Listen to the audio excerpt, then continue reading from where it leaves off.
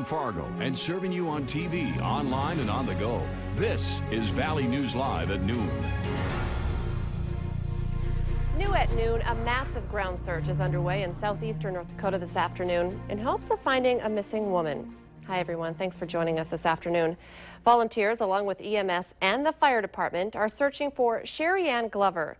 The search is now even being expanded, and authorities are looking at getting a plane involved for a possible aerial view of the search area.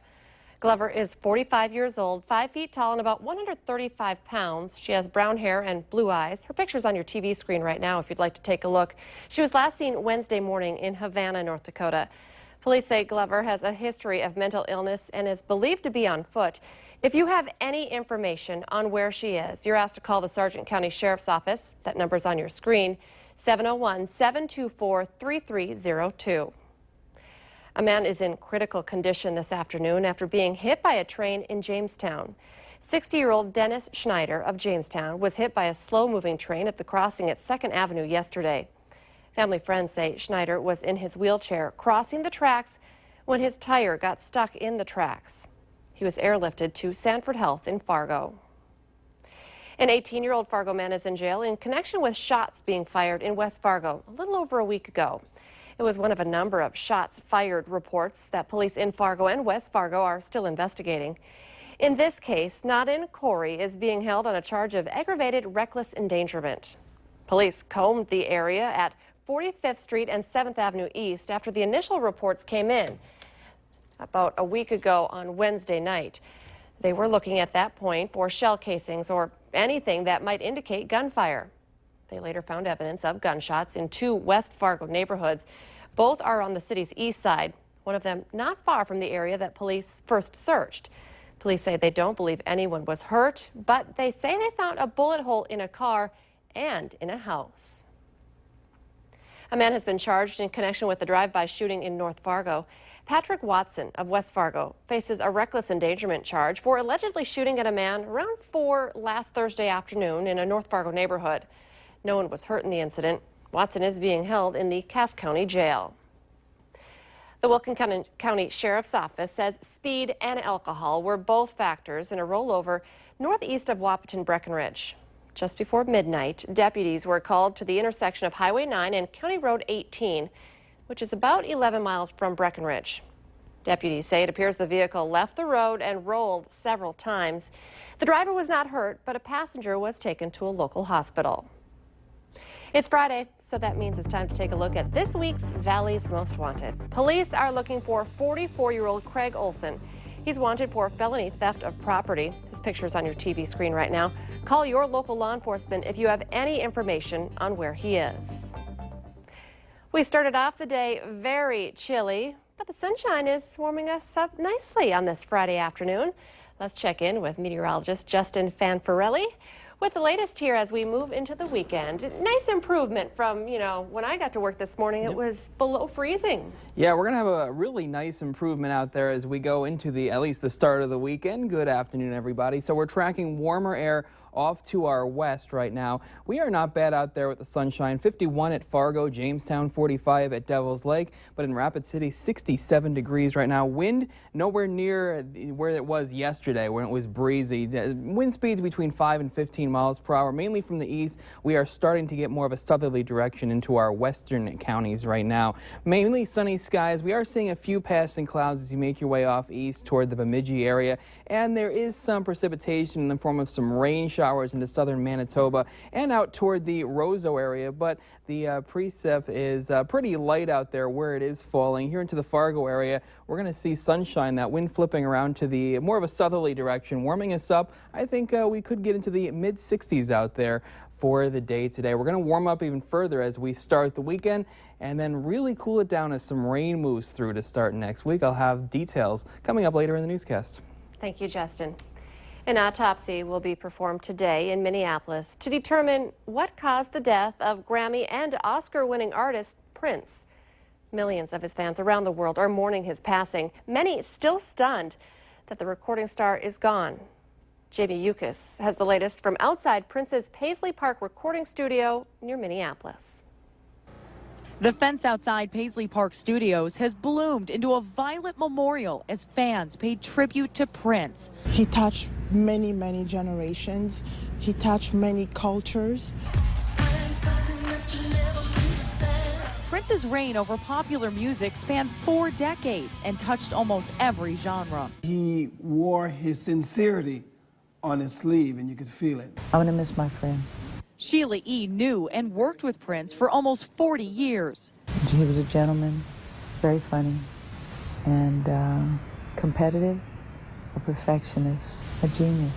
An autopsy today will help determine the cause of death, but results will not be known for days or weeks. The 57-year-old had reportedly been battling the flu. If the mood outside Paisley Park is somber, it's the exact opposite here outside Minneapolis Club First Avenue, where Purple Rain was filmed. An all-night street party will keep on going. More celebrations of Prince's life are planned for tonight and tomorrow.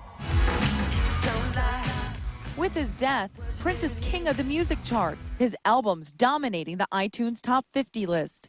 Krista Barnes brought her son Yele to Paisley Park to create a memory. Trying to explain to a 3-year-old who Prince was not easy. So hopefully in time he'll understand the importance of being here today. And join the millions of other fans who remember the music. Jamie Yukas, CBS News, Minneapolis, Minnesota. Of course, we all want answers, but as you heard in that story, results of the autopsy are not expected to be known for days, maybe even weeks, and no preliminary information will be made public once the physical examination is complete. Prince's body will be released to his family. John Mellencamp's Plain Spoken Tour will be making a stop in Grand Forks. Mellencamp announced the 7th and final leg of the tour today. A performance will be happening Friday, November 4th at the Chester Fritz Auditorium. The Rock and Roll Hall of Famer launched the tour in early 2015 to support his critically acclaimed 22nd studio album, Plain Spoken. Mellencamp's career has spanned more than 4 decades. Tickets for his show in Grand Forks will go on sale on Friday, April 29th at 10 a.m. Big news for Bison football fans today. The man at the reins is staying put. Coach Chris Klieman signed a contract for up to 6 more years at NDSU, which keeps him at NDSU to the 2021 season. Klieman is in his 6th year overall and his 3rd as the head coach at NDSU. He says he's excited for the future, and we'll all get a peek at the future at this weekend's Green and Gold game. For us as coaches to get a chance to see those guys compete and battle against each other, we have really good competition between the young guys and the O-line, D-line. That's where it starts, and that's where we're most excited about watching tomorrow. It's going to be a fun weekend. It really starts tonight. Hey, look at this. That's some pretty nice bling, right? The championship rings will be on display this weekend. Players will be presented the ring at a ceremony tomorrow at 1, right before the spring game. And be sure to join us this weekend as we're back at the Fargo Dome for the Farmers Union Insurance Bison Football pregame show. Coverage starts at 12:30, getting you set for that annual Green and Gold spring game. We will carry the ring ceremony live for your 5-time defending national champions and bring you live interviews with Joe Haeg and Carson Wentz. And by the way, Coach Klieman tells us he'll be hanging out with Wentz next week since he is going to Chicago as well for the NFL draft. He'll be sitting with Carson Wentz's family.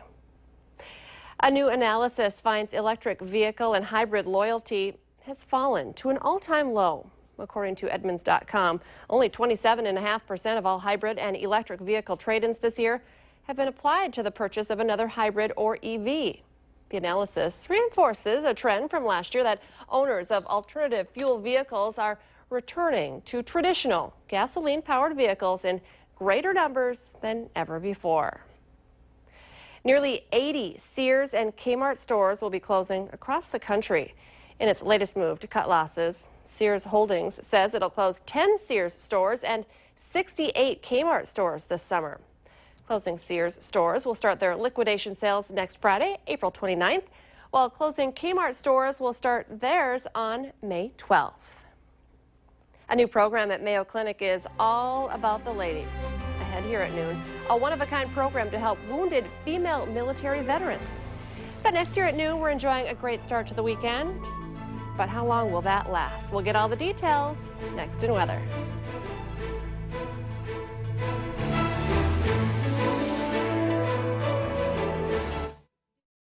You're watching Valley News Live on TV, online, and on the go.